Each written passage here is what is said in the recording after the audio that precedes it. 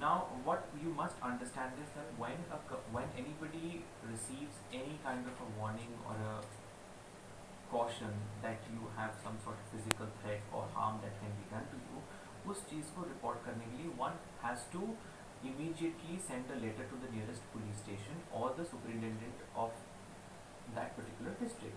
So that is what I have done.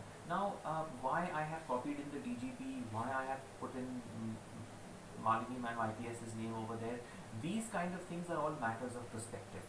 How I could have framed the letter, what I could have done.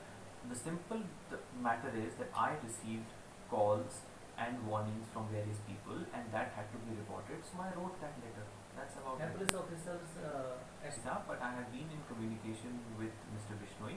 He is an extremely patient officer and has heard me out several times, and I am sure that under his care everything will be okay. अगर मेरे को कहीं से वो आ रहे हैं threats, तो normal चीज़ है कि आप उसको एक अपने जो नियरेस्ट पुलिस स्टेशन होता है या जो एसपी होते हैं डिस्ट्रिक्ट में, आप उनको वो करोगे रिपोर्ट. तो अगर मेरे पास थ्रेट्स आए तो मैंने भी रिपोर्ट कर दी.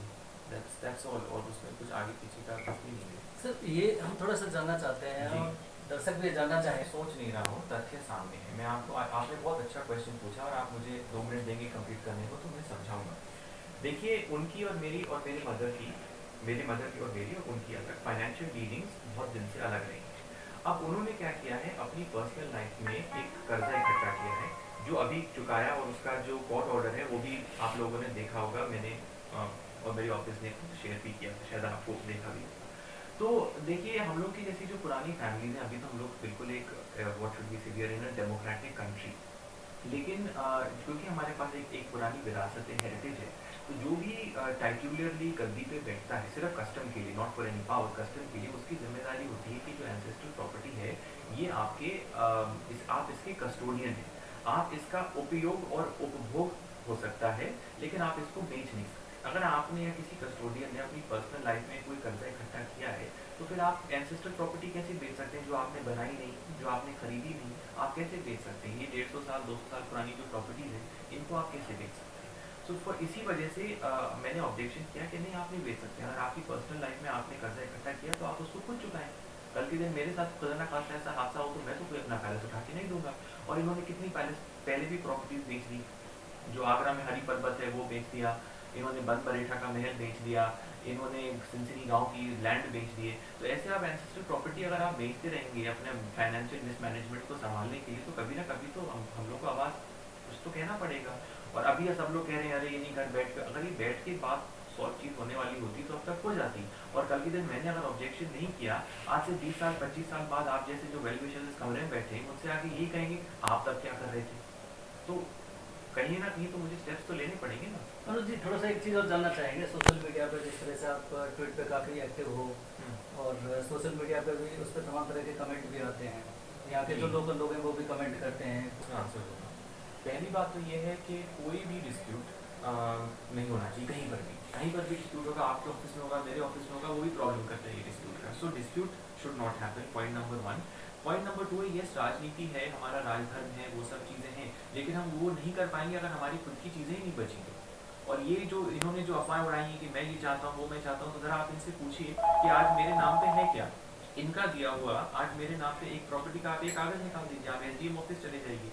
तो मेरे पास जब कुछ भी नहीं कहा है, मैंने कहा है कि मेरा मार्गदर्शन मेरी मदद और पायलट साहब करते हैं. वो लोग जो भी फैसला लेंगे वो फैसला मैं फॉलो करूँगा. खुद का फैसला भी नहीं है.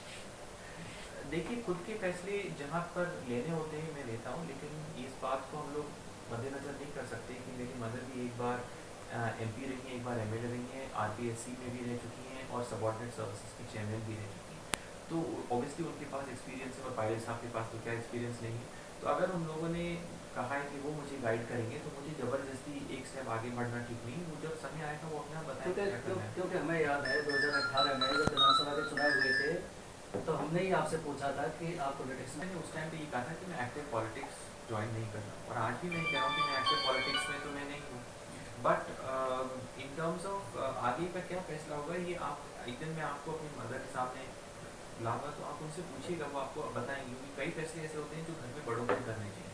तो वो जो फैसला लेंगी, पायलट साहब जो फैसला लेंगे, मैं उसी का पालन करूँगा. मैंने आपको पहले भी बताया कि वो इंग्लिश में है, इंसान को कहीं से भी किसी भी फॉर्म में कुछ भी मिलता है in terms of like warnings and this kind of things, threats, तो आपको अपने एसपी को या अपने नियरेस्ट पुलिस स्टेशन को तो रिपोर्ट करना चाहिए, तो कानून में भी लिखा है। तो मैंने भी वही किया। अब कल के दिन वैभव चौधरी जी के साथ हादसा हो गया, कल के दिन मेरे साथ हादसा हो जाए, किसी और टीम मेंबर के साथ हादसा हो जाए, उसका क्या फ़ायदा निकलना है? तो इसीलिए मैंने वो दिया लेटर। गौरव फौजदार सिंसिनी को जन्मदिन की हार्दिक शुभकामनाएं।